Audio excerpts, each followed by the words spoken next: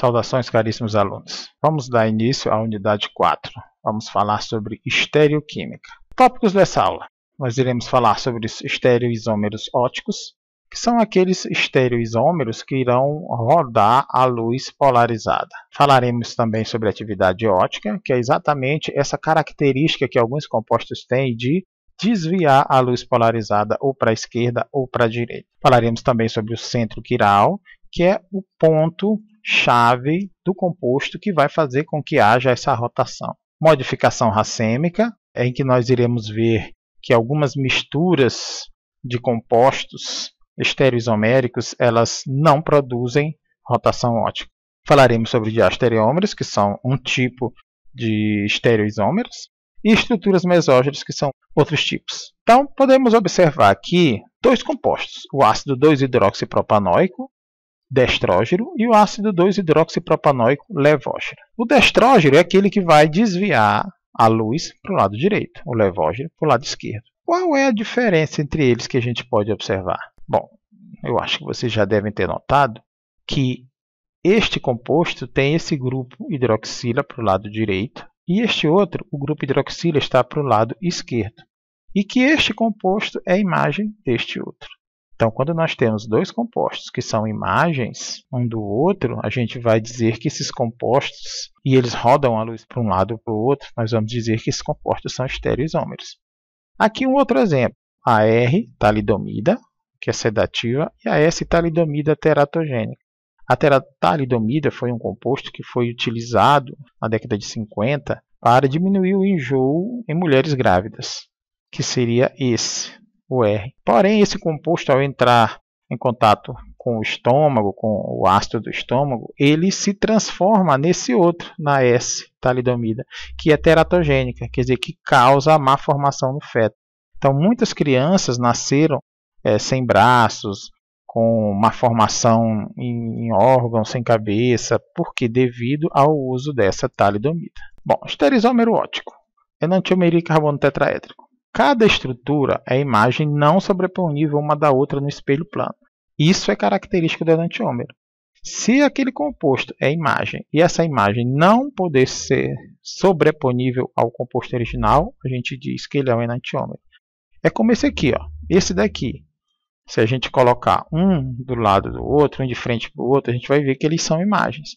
Porém, se eu tentar sobrepor este composto com esse, não vai dar certo. Quer ver? Ó? Na hora que eu jogo esse em cima desse, o hidrogênio vai ficar em cima do hidrogênio, certo? Bem, o CH2R vai ficar em cima do CH2R. Porém, quem está para frente aqui é o CN, e ele não vai coincidir com esse, porque quem está para frente aqui é o OH. Nesse caso, quem está para trás é o OH, e não vai coincidir com o que está para trás nesse outro, que é o CN. Então, essa inversão aqui faz com que eles não possam ser sobrepostos. Não consiga colocar um composto em cima do outro e todos os seus átomos se sobrepõem. Então, eu digo que esses dois aqui são exemplos de enantiômeros. Já aqui, ó, C3X, olha só, C3.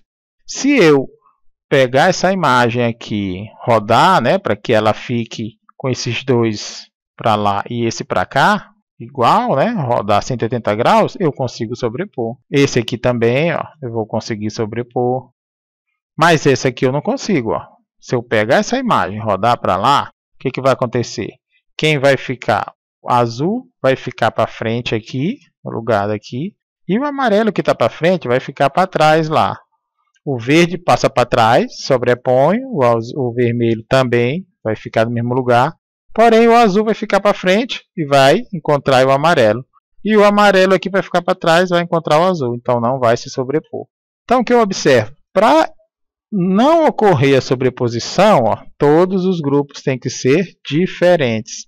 Se eu tiver pelo menos 2 ou 3 iguais, há a sobreposição. Se houver a sobreposição, não tem enantiômero. Para ter enantiômero, eu não posso sobrepor. Então, todos os grupos têm de ser diferentes. Teste de quiralidade, plano de simetria. Uma molécula não terá enantiômero se possuir um plano de simetria. Então, quando a molécula ela é dividida em duas partes iguais, que é a característica do plano de simetria, né, que é um plano imaginário que corta a molécula de tal forma que as duas metades sejam uma imagem especular da outra. Essas moléculas, elas não são enantiômeros. Agora, por exemplo, a mão. Se a gente cortar a mão no meio, a gente vê que a metade, essa metade daqui, não é igual a essa metade de lá, né? Os dedos não são iguais. Aqui eu só tenho 2 dedos, aqui eu tenho 3. Então, a minha mão, ela é assimétrica.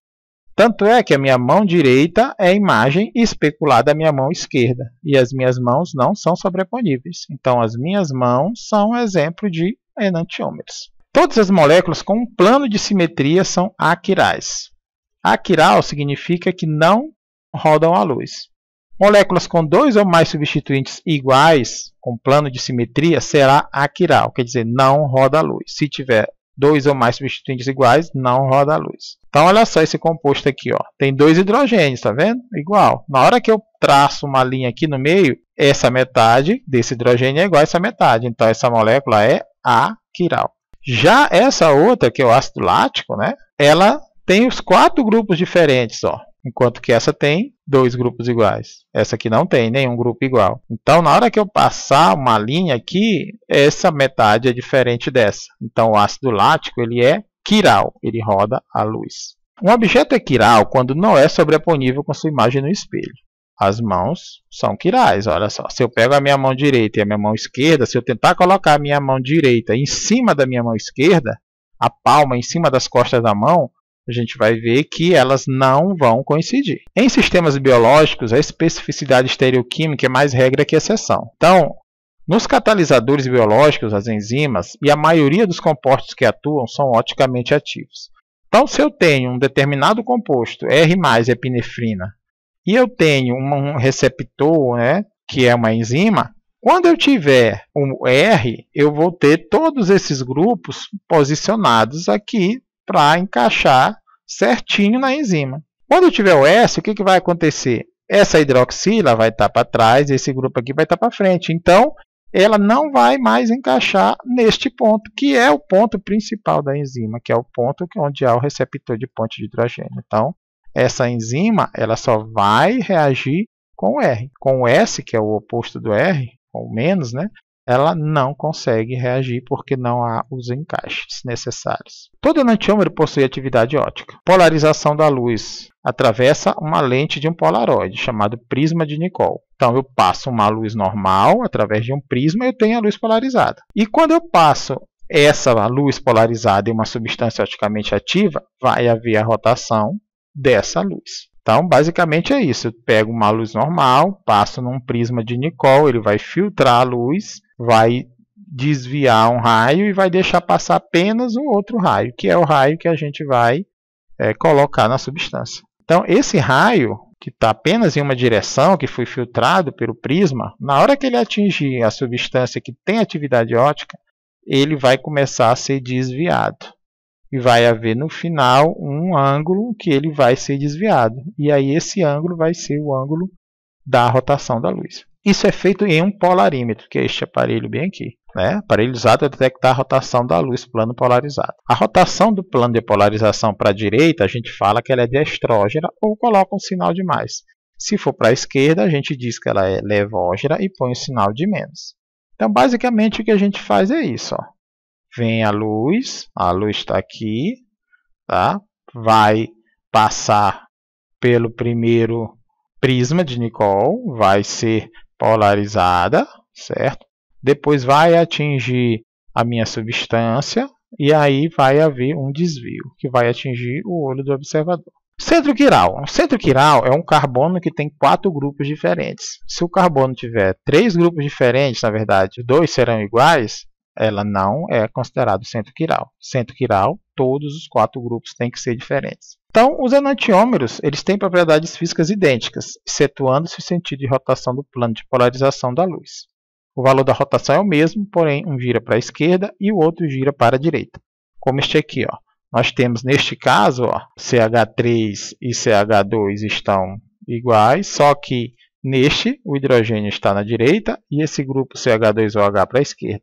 Nesse, o hidrogênio está para a esquerda e o grupo CH2OH está para a direita. Então, este que tem o grupo CH2OH para a esquerda, ele roda a luz mais 5,75. Então, ele desvia para a direita 5,756 graus. E o outro, ele roda o mesmo valor, 5,75, porém para o lado esquerdo. Os enantiômeros têm propriedades químicas idênticas, excetuando as reações com outros compostos oticamente ativos. Apenas um centro quiral numa molécula, ela vai ser sempre quiral. Mais de um centro quiral, ela pode ou não ser quiral. Então aqui outro exemplo com uma enzima, onde a gente tem a R-epinefrina e uma enzima. Então o que acontece? Essa parte da enzima positiva grande, ela vai se encaixar aonde tem as hidroxilas que são negativas. Essa parte positiva pequena, ela vai atrás da hidroxila negativa. Essa parte negativa de tamanho intermediário vai se encaixar com a parte positiva, certo? Quando ocorre da R se encontrar com a enzima, ela vai se encaixar na enzima e a enzima vai reagir. Se viesse a S, o que ia acontecer? Esse grupo aqui, mais, ele estaria no lugar a hidroxila no lugar dele. Então, não iria haver um encaixe e não iria acontecer a reação. Modificação racêmica é uma mistura em partes iguais de um e de outro enantiômero. Ela é oticamente inativa. Por quê? Porque se um enantiômero roda mais 10, o outro vai rodar menos 10. Mais 10 com menos 10, 0. Então, um anula a rotação do outro. Uma molécula de um anula a rotação causada pela molécula do outro. Utiliza-se o símbolo mais e menos ou LD para indicar a natureza racêmica. Só é possível separar uma mistura racêmica através do uso de reagentes oticamente ativos. Quando uma mistura de dois enantiômeros apresenta quantidade de enantiômero em excesso, diz-se se tratar de um excesso enantiomérico. Bom, diastereômeros, o que seriam? São moléculas que não são reflexões uma da outra. A gente pode observar aqui, esse composto, ele tem dois carbonos assimétricos, certo? Este e este. Então, dois carbonos vão me produzir 4 possíveis compostos. Então, nós teremos aqueles compostos em que os dois bromos estão do mesmo lado e a sua imagem. Os dois bromos do mesmo lado, do lado direito, e os dois bromos do mesmo lado, do lado esquerdo. São enantiômeros. Nós temos um outro tipo em que nós temos os dois bromos de lados opostos, sendo que um está na esquerda em cima e na direita embaixo.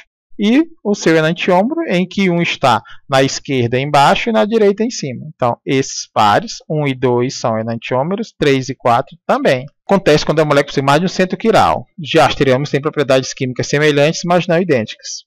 Porém, 1 e 3, eles não são enantiômeros, né? Se a gente puder comparar. Mas eles são o quê? Diastereômeros. 2 e 4 não são enantiômeros, são diastereômeros. Então, desses 4 conjuntos, eu vou ter os pares imagem são enantiômeros e qualquer outro par que não seja imagem é considerado um par diastereômero. A energia de ativação são diferentes e diferentes serão as velocidades de reação. Têm propriedades físicas diferentes também. Diferem na rotação, podem ter o mesmo ou diferente sinal de rotação e alguns podem ser inativos. E nós temos, por fim, as estruturas mesógeras. O composto mesógero é aquele cujas moléculas, não obstante possuírem centros quirais, se podem sobrepor as respectivas imagens no espelho plano. Daí, não possui atividade óptica. A estrutura mesógera é aquela que possui metade da molécula como imagem no espelho plano da outra metade. A molécula tem um plano de simetria. Então, olha só. Novamente aqui, nós temos outro composto, que é o ácido tartárico, em que nós temos as duas hidroxilas do mesmo lado. E nós teríamos o enantiômero dele, que seriam as duas hidroxilas do lado esquerdo, a imagem dele. Temos o outro par em que nós temos as hidroxilas de lados opostos, sendo que a da esquerda está embaixo e a da direita está em cima. E o seu enantiômero, em que a da esquerda está em cima e a da direita está embaixo.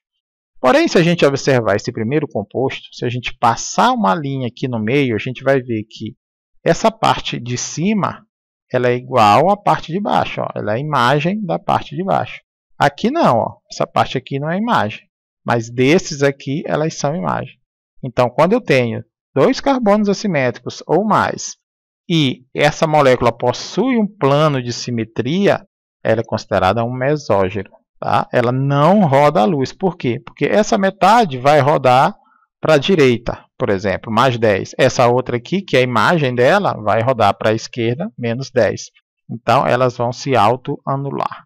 E a sua rotação será 0. A primeira grande dádiva que podemos dar aos outros é um bom exemplo. Obrigado a todos e bons estudos. E aqui as nossas referências, nossas apostilas, os livros do Alinger, Solomon, Volha e Mark Murray. Então, bom trabalho a todos.